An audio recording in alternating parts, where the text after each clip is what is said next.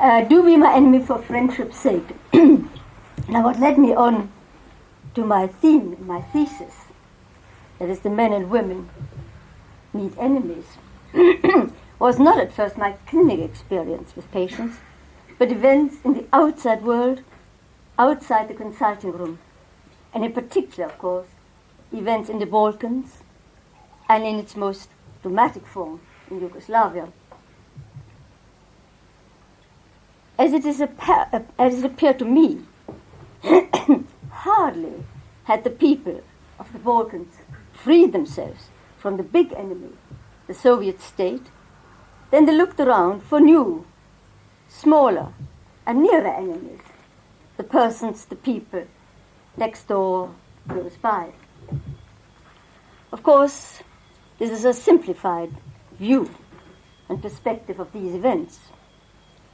No doubt there had been rumblings of distrust, dislike, violence, rivalry, competition for many years before, with their roots in history.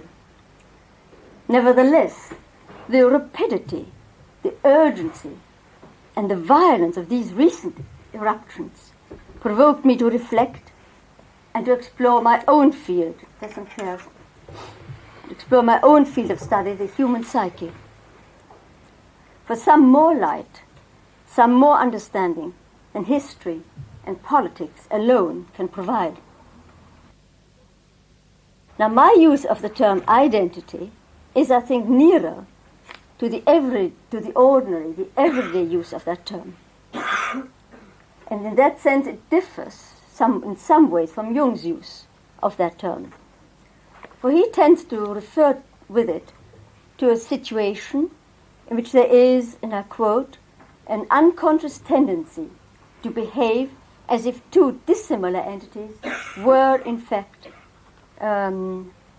identical, and these could be either internal or external entities or elements. With this term, identity, Jung really refers to early infantile states before there has been differentiation between subject and object, and when fantasies and feelings of being fused with, of being at one with, tend to predominate. But when I speak of identity, of personal or social identity, I want to denote by that term the fact that a person or even a group, and I will say more about that later, that's to say the group, has certain particular and characteristic qualities, and also a certain continuity, a certain cohesion over time, that marks him or her as separate and is distinguishable from others. I think, and you may want to take me up on this point in the discussion, a mother, for instance, can recognizes, and is quite, and we will even insist on the fact that each of her babies, even from its earliest age, was special and different from all the others. In other words, they have from very early on, the baby from very early on has a quite distinct and personal identity. However, the concept of identity extends beyond this innatural and individual specialness to the much more interesting vital quality that has considerable psychological consequences. It's a person's awareness that he or she is truly distinct, separate and different from all others, that he or she is a whole, a unique, and relatively indivisible individual.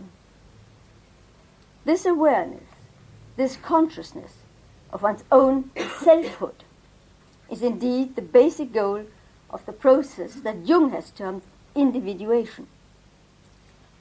This shows how much value he attached to it, that is, to the development of the capacity to realize and to experience one's separateness, one's wholeness, one's uniqueness. But separateness, distinctness, implies and involves the existence of boundaries. Boundaries that mark off the individual, the I, and the other. Now, Jung was particularly concerned with an individual's ability to distinguish his own selfhood from, and there are four categories. One, the given cultural and social norms and particularly stereotypes. Two, the uniqueness, archetypal, the unconscious, archetypal, and its collective personages or imagos. Identification with them, that's with the archetype, is something or other, mother, father, uncle, God. Identification with them could indeed be very tempting and seductive, counteracting a personal fear of experience, of impotence, and possibly depression. C, there's one social mask or persona. The concept of the persona is probably, I think, similar and has, I think, affinities with Winnicott's false self. And the fourth danger, the danger of losing oneself in what is indeed separate and distinct from the various emotional and significant persons around one, either now or in the past. That's to say, identification with or being part of mother or father, brother, sister, teacher, priest, or even analyst, or any impressive or envied friend or colleague. Having spoken up to now of personal identity only, I must look and examine social identities. That is the experience of identity through identification with one's race, nation, religion, class, gender, or with particular social and ethical norms. Obviously, there's a real problem in the kind of relationship made between an individual's personal and with his social identity or identities. Clearly, some sense of social identity, that is, of belonging to one or more social groups, is inevitable, is even necessary, and is or should be compatible. That's the point. It should or should be compatible with the experience of personal identity. But where the experience of personal identity is weak, fractured, vulnerable, or unreliable, there relief and reassurance may be sought through submergence of one's personal identity in the social identity. For then, that is, through identification with a social group, a person's sense of control and of power, and of his belief that he has indeed special characteristics and definite and definable existence is buttressed and confirmed and assured by the identification with a social group, be this a nation, a class, a work group, a sports club, or even a street gang. But, and this is my contention, the experience of identity, whether personal or social, is deeply enmeshed with and dependent on the existence and the experience of boundaries.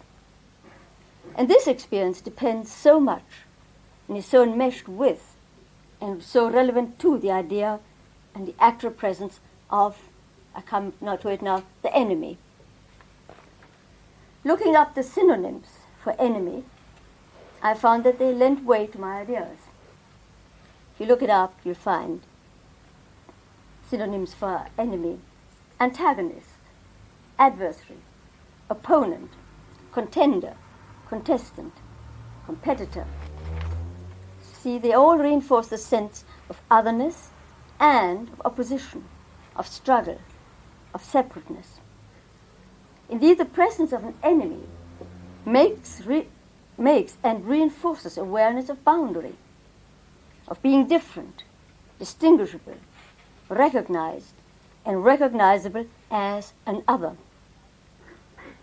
An enemy is naturally suspected of wanting to test and to challenge the boundaries, of wanting to storm them, to overturn them, to deny them, to ridicule them, or even to kind of melt them.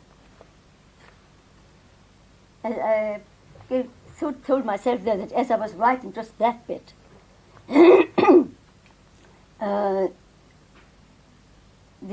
there was a Madrid conference between the Israelis and the Arabs, and they seemed to not quite know whether to keep up their boundaries or some peace lovers try to melt them. The existence of an enemy forces us to be and to remain forever vigilant. Vigilant in relation to our boundaries, and also fully aware and conscious of who and what one really is, and what one really values in oneself and for oneself. It is the enemy who keeps us aware of the danger of losing oneself, or even of forgetting who and what one is. It is the enemy who keeps us alert and on our toes, ready to defend what one values. A friend of mine in charge of a museum in California was beginning to consider retiring from the job. In fact, she felt ready to take a general retirement. But one of her staff, an ambitious younger woman, revealed herself to be a real enemy. She tried to do her best to stir up the rest of the staff against my friend. She plotted little rebellions, hinted that my friend really should retire now, and she tried hard to sabotage the various policies as they evolved. But this hostility roused my friend and invigorated her. She now examined even more carefully the policies, aims, and goals of the museum, and her reason for working there. She felt suddenly more energetic, and it then reinforced her determination to stay on and direct the museum until she had found a suitable person to take over from her. I had told my friend my thoughts about enemies and about preparing this talk, so she told me her story as a kind of personal example to support my ideas. I will certainly come back to the discussion of identity, boundary, and the enemy, but I want now to explore some other themes that are connected with the use and the necessity of enemies.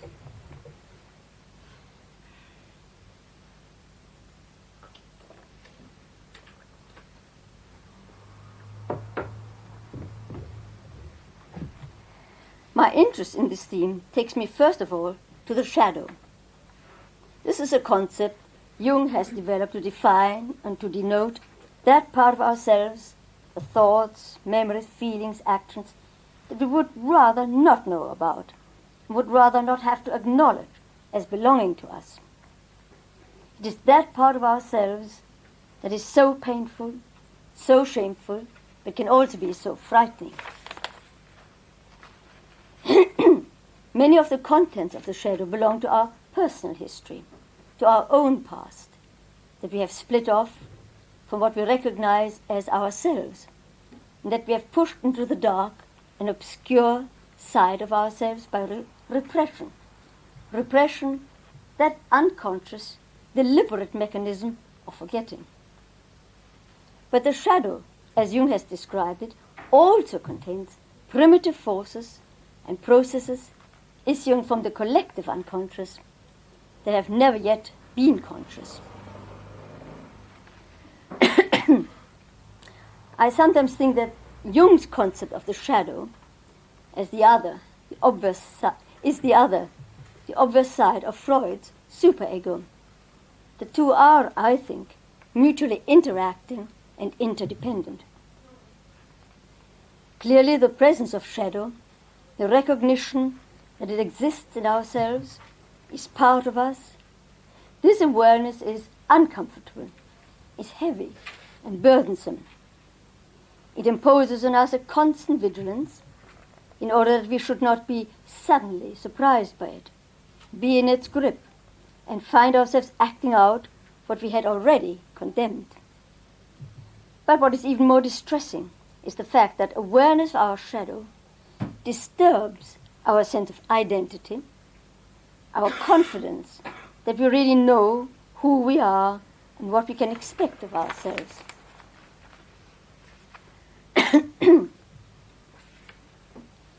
The discomfort of living with our shadow, of being conscious of its particular temptations and the particular pitfalls it can dig for us, this discomfort can be alleviated, if not totally undone, if we can actually unburden ourselves of it by projecting it, by investing it, and as it were, pouring it into somebody else. And who else would be more appropriate to be involved in that particular psychic transaction than the enemy? Investing him or her with our shadow qualities, makes him even more detestable, but also frightening. The enemy becomes the person we must really oppose and who facilitates that delicious, I think it's a delicious sense of righteous indignation. There is, of course, another way of excising the shadow and of freeing ourselves, that is our personal conscious identity, from its contaminating effect. That other way is to install it as a separate, as an alien and independent presence inside us. It then becomes the internal enemy, the cancer, the psychosis, the devil, the immortal tempter. This is, of course, an essentially introverted solution, as compared with the technique of projecting the shadow outwards.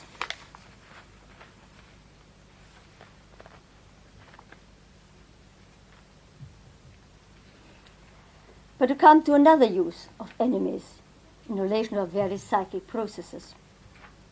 For enemies are also necessary as targets for aggression.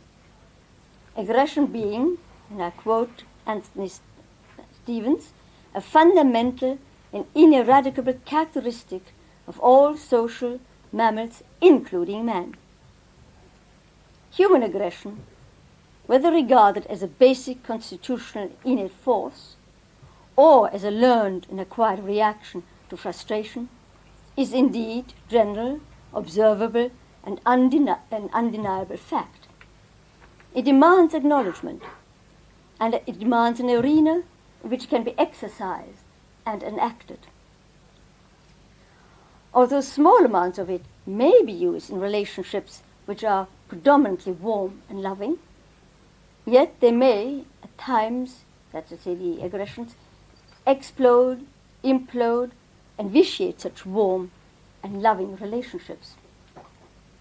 But in order to express themselves fully and satisfyingly, they need the other, the enemy, the antagonists.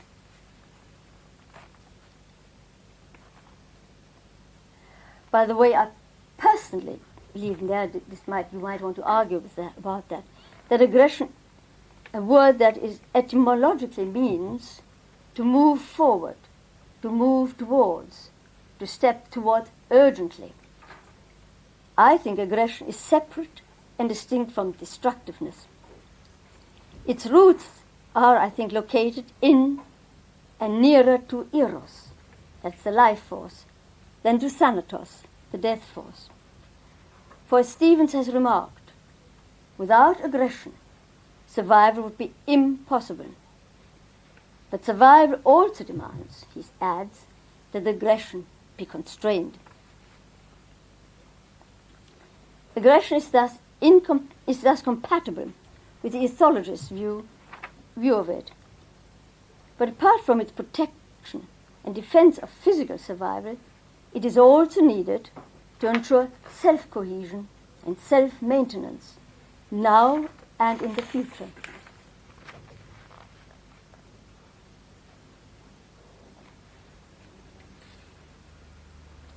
By self, by the way, I refer here to the identity, both of the individual and of the group. And by reference to future, I mean to point to children and to future generations who will carry forward our present identity, or some of it. In order to practice and exercise the function of aggression, we need a partner, the enemy. Andrew Samuels expresses it very succinctly when he says, aggression cannot have existence save in relation to an object of aggression, but I think that needs some qualification. For not all aggression has a consciously recognized enemy.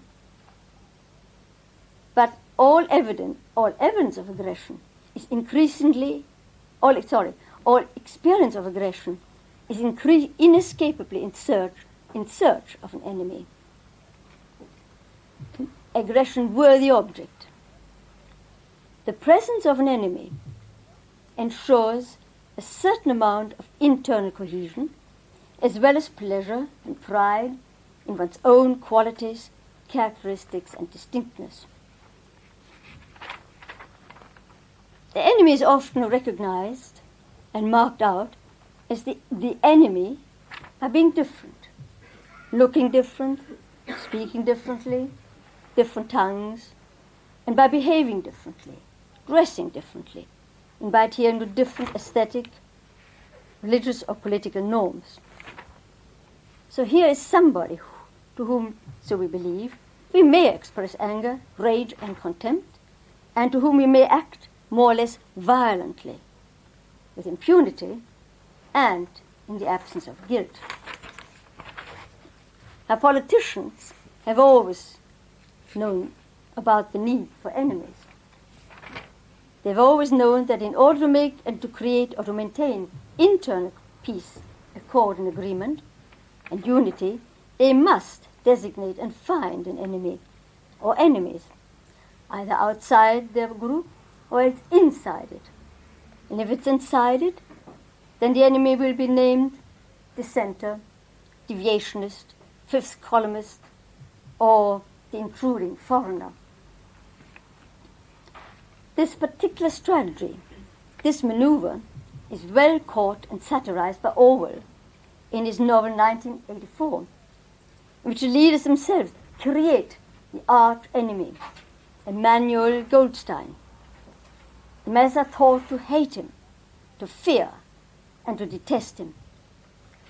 Or there is his novel Animal Farm, and there the dominant group, that is the pigs, lead the anti-human battle cry, 4 legs good, 2 legs bad.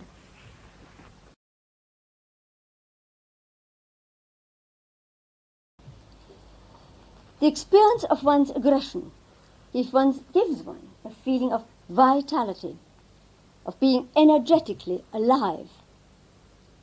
There's excitement, there are thrills.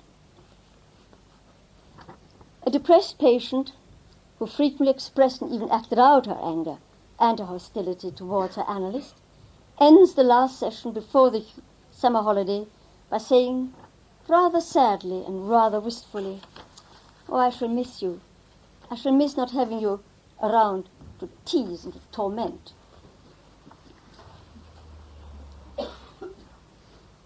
Yes, aggression does need somebody or something against whom to throw itself. Here, as in the case of the shadow, the enemy can also be thought to be inside one, a weakness, whether physical or psychic, an unruly part of oneself, an achievement one is determined to better. All these can very well engage and rouse one's aggression. The idea of competition with and against oneself has often been encouraged and fostered by liberal and peace-loving educators. The idea of self-competition, rather than competing against somebody else in your class or class against another class, you compete with yourself or with achievements up to that point.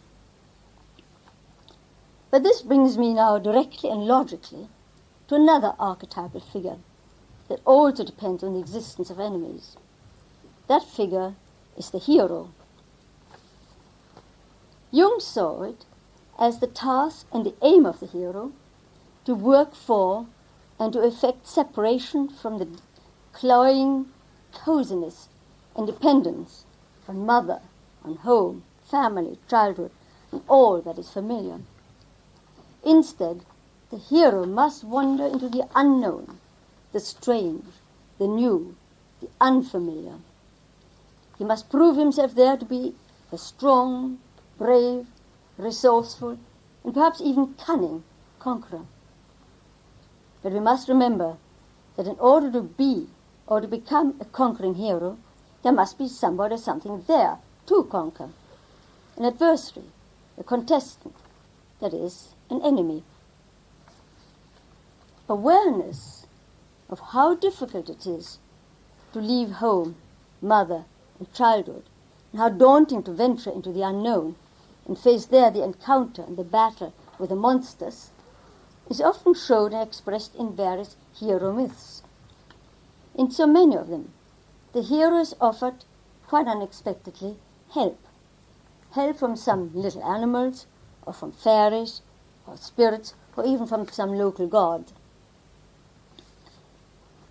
The power of this archetypal personage, the hero, and the influence it can exert on the feelings, strivings, and activities of an individual tends to be particularly prominent during adolescence. Adolescence is indeed one of the most important stages of transition in the human life cycle. It is at this stage that a person has to prepare to leave home, to set aside childish things, and that he must plan, prepare, and work towards laying the foundations of his or her own lifestyle in terms of career, profession, and the making of his own family and future progeny. It is well known, and it is no secret, that at least in Western society, adolescence is the age of strong aggressivity and rebellion. Of course, the hero archetype is present and functions at other stages of life, in the life cycle, and there are indeed other periods of transition. Nevertheless, adolescence seems to be a particularly important period of transition, making a particularly powerful impact both on the individual adolescent as well as on the people around him. So it's not surprising that most societies have instituted, mainly for its adolescent boys, initiation ceremonies. Ceremonies that are often arduous, painful, even cruel, demanding from the individual courage, persistence, the capacity to bear pain, a readiness to learn and absorb, submission to the social rules and its elders, and acceptance of the group's decision as to who is considered a foe, an enemy, or a friend and an ally. Obviously, this is such an important feature and achievement for the hero. There must be somebody or something there with whom he can engage in battle. Once more, an enemy is required for the potential hero to engage with, so that his relationships with the heroic image, the heroic figure, can become embodied in a socially acceptable manner. The absence of such initiatory ceremonies, or even the devaluing or even ridiculing of the figure of the hero, is very likely to tempt the adolescent to create his own ceremonies, his own tactics, his own hero figure, and to prove to himself that he is indeed courageous, masculine, and sexually potent. But this may lead to far less socially acceptable rituals and to far less socially approved methods of confirming his manhood, both to himself and to others. The enemies he then chooses as targets may lack a general social consensus. Delinquencies, crimes, and arbitrary and random acts of violence may then become substitutes for what the society has let go of, has suspended, or even suppressed.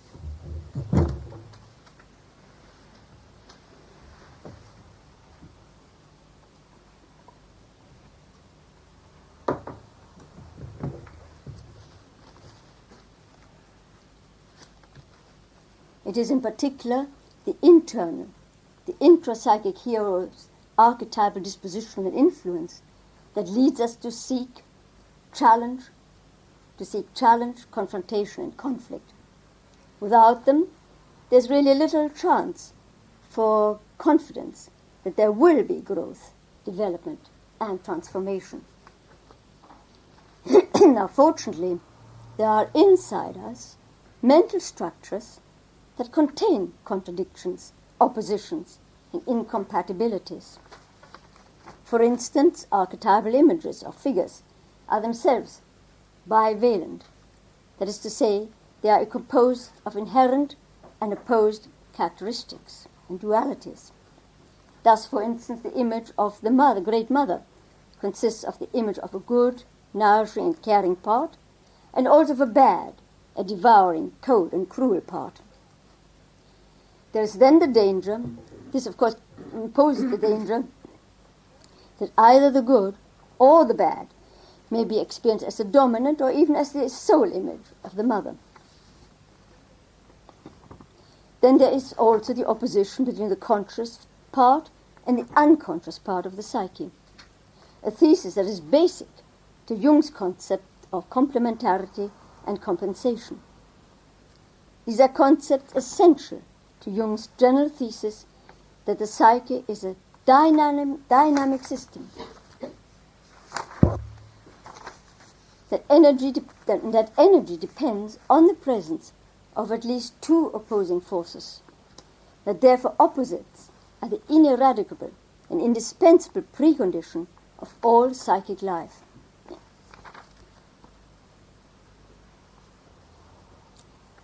The experience of challenge and opposition is, of course, relevant to the figure of the hero.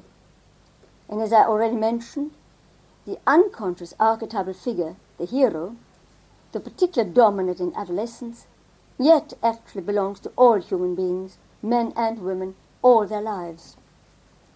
Admittedly, it's more present and pervasive in some persons than in others, and it will exert a more powerful and controlling influence in some stages of life and in some personal crises.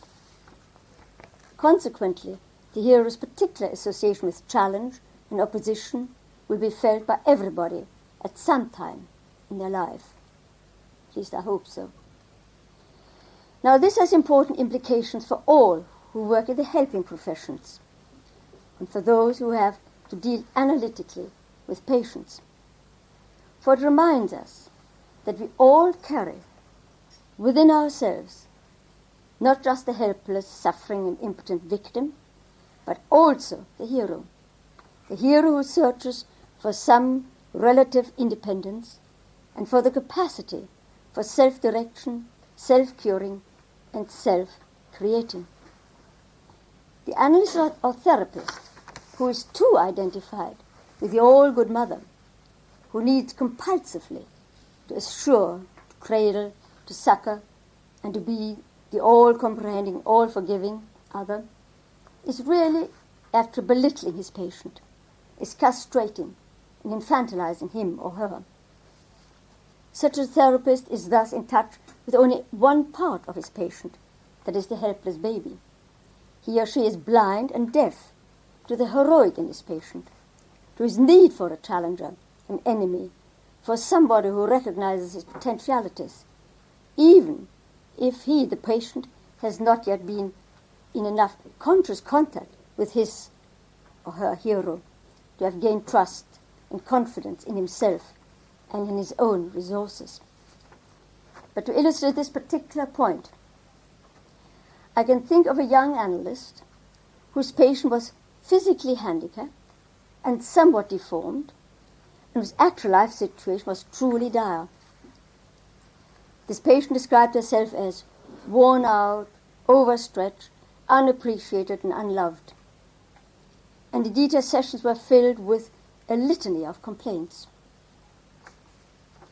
As her analyst wrote, I was for quite some time filled by a wave of pity for her and increasingly overwhelmed by her material.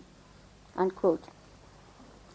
But only when the analyst became aware of the predominance in her countertransference of this pity and its paralyzing effect, only then did the process of analysis really start. Then the patient became consciously aware of her compulsive desire to control everything and everybody, and of her hostility and her rage in relation to all around her. After some time, this patient did in fact develop some capacity to improve her life situation and also her relationships to her husband, children, and friends. I think psychoanalysts, whether Freudian or Jungian, have for a long time tended to be preoccupied with fathers and mothers and with their faults and deficiencies in relation to their children, that is, our patients. As a result, the heroic in the patient has tended to be overlooked, and it has remained unrecognized, undervalued, and certainly unencouraged.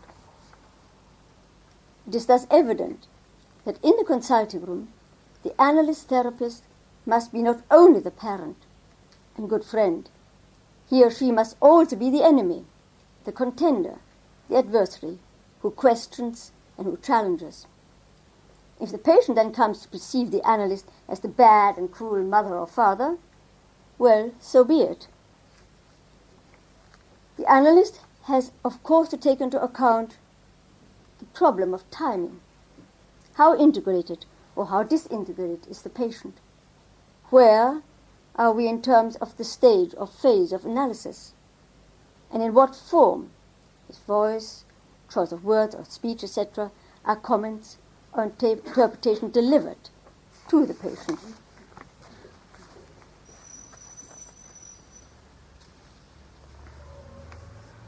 The enemy, the challenger, he who we have to oppose and fight, helps us to recognize and to confirm our own aims, goals, and our own space, our own being, thoughts, values, and beliefs. In fact, enemies can vitalize us.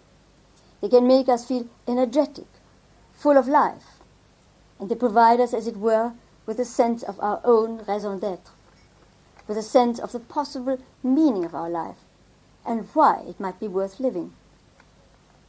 An enemy tends to dispel lassitude and sometimes even depressive moods, but only if we are roused sufficiently to engage in battle with him or her and to fight, to defeat, and to win. I will now attempt to summarize the points I've made in this paper so far. I've argued that enemies fulfill a number of functions for us. We really need them first and foremost. For their existence sharpens our sense of having a personal and distinct identity. By threatening the boundaries of our identity, enemies increase our experience of these boundaries and our determination to protect and to defend them. In other words, in order to make oneself, one needs the presence of the other. And I'm using the other a bit encouraged by Pierre Hultberg, who in one of his many papers suggested that the other, almost with a capital O, is really another archetypal figure inside us. There must be an other. But enemies are also valuable to us, for they are really the most appropriate recipient of our own shadow qualities, of those thoughts, feelings, and actions we regard as bad and therefore unacceptable as being a part of ourselves. And again, we need enemies as targets for our aggression. We cannot use, express, and deploy aggression unless we can find a suitable object against whom to unleash our aggressivity.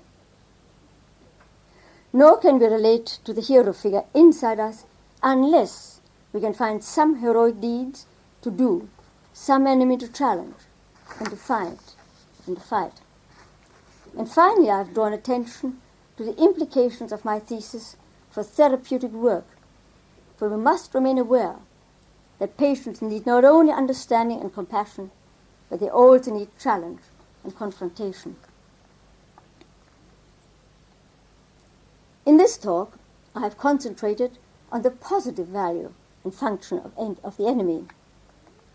I'm sure in the discussion we will also have to consider the pain, grief, cruelty, and suffering that enmity can and usually does, or very often does, provoke. We only have to think of Yugoslavia now. But as I'm ending this paper and survey my arguments, it occurs to me that by juxtaposing self and enemy, we've only reached the second phase in the dialectical process of thesis and antithesis, which, if all goes well, should lead on to the third, the final phase, the achievement of synthesis, when the qualities of thesis and synthesis join up and combine, and so make something or somebody new, enriched, and more involved. In other words, I wonder if this third phase, the phase of synthesis, doesn't correspond to Jung's conjunctio. Such completion of the dialectical process in the case of self and enemy is perhaps more likely to be achieved if projection outwards of the shadow, for instance the shadow, are reduced, and if the encounter between thesis and antithesis happens and is worked out inside rather than outside our psyche. Of course, the emergence of a new self, as a result of transformation and synthesis, will not necessarily lead to the absence of all enmity. Some people may be afraid once you've done your battle, that's it. Well, it isn't. Because there will be no doubt quite soon arise new enemies. Like a phoenix, the new, perhaps superior and perhaps more evolved enemy will arise from the ashes of the earlier enemy and so launch a new cycle, a new dialectical process. I now want to end this paper by giving you the background to my title. That is the background to Blake's versified cry, as I call it, which my friend and helper Jim Seddon found for me. These lines were addressed to H, who was in fact William Haley, a wealthy, generous, successful, but third-rate writer who became Blake's patron for a few years. At that time, Blake was badly off financially, and Haley tried to remedy this by obtaining for him a flood of commissions for engravings. This paid Blake well, but it took up so much of his time that he could not get on with writing his long visionary poem, The Four Zoas, which he was composing at that time. My title is the second line of the verse which begins, and I quote, "My friendship oft has made my heart to ache. Do be my enemy for friendship's sake."